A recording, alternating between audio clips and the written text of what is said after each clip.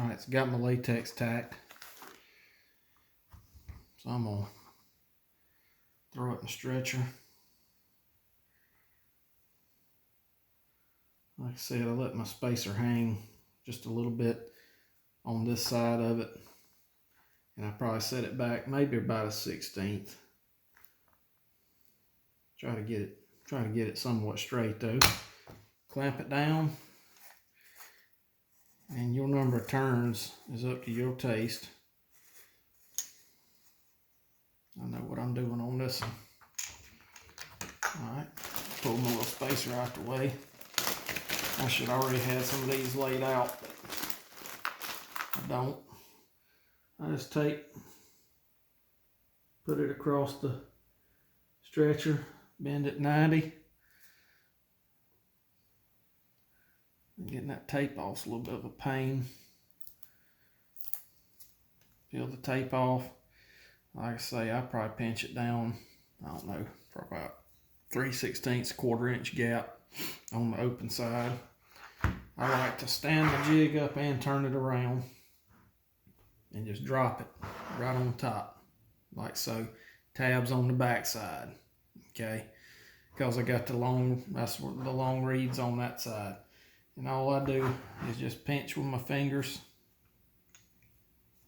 pinch with both of them till it's somewhat closed. It ain't all the way closed, but anyway, then I get my pliers, and like I said, I don't use needle nose, and I go in just on the other side of the bottom reed, probably about a 1/16 on the other side of the bottom reed, and then crimp that. Do the same thing on the other side, about a 1/16 in. Okay, so the side stretch is locked in. So now I'm gonna get my back tension while it's in my jig. You'll see me let go of it a time or two till I know I'm grabbing till all my reeds are pulling back tension. On this call, I ain't putting a lot into this one because all 3 of these reeds are 3/1000ths. I don't put a lot into this call. Hold it with my pliers, let go of it in the jig, take my index finger, pull it over. Okay, top of my pliers, that back tension's there. At that point, crimp it over, and that's it. That joker's locked in. That's all there is to it. I make my cuts, do whatever I want to do now, but I mean the hard part is pretty much over at that point.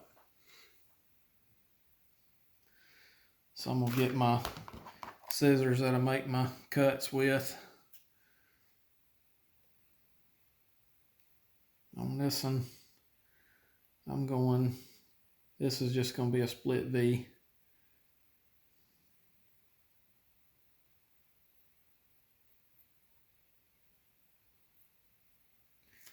Go in that much.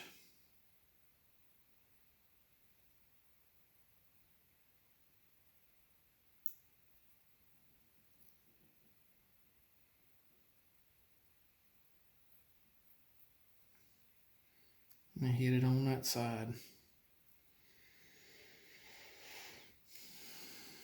Just a split V. Not real deep. It's going to be a fairly clean playing call. Now cutting the latex off, I grab my other pair of scissors because I want them other ones to stay sharp. And I hold my thumb and that finger, my index and middle finger up above, pulling. And you can see, just roll that joker around.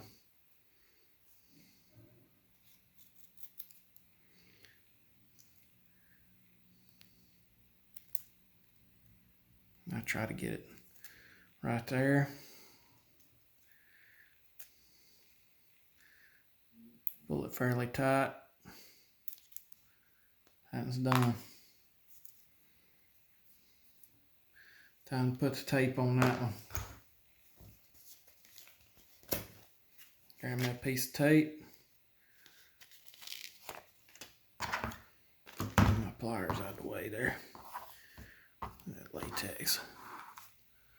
Alright, I like to I like to flip it around because I think for me, I don't know, I think it's more important to get that tape spot on the bottom necessarily than the top, even though I mean I want it right on both. Now this is the part that takes a little getting used to. Stick it.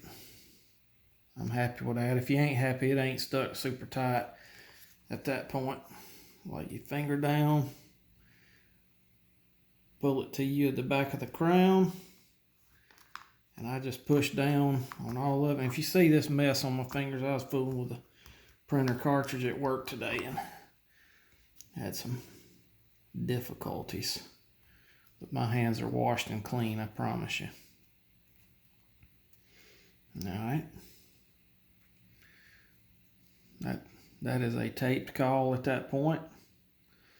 And I got my little template. I should have had these out too. I may have them out already. Where are they? Well, I don't have them out. Where are my tape templates? There they are.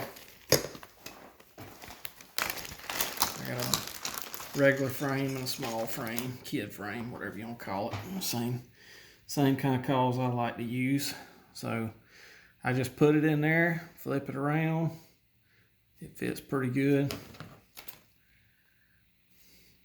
Like I say, with my template facing me, take my scissors and roll it as far as I can get it in one cut and pick back up where I stop, nip a corner,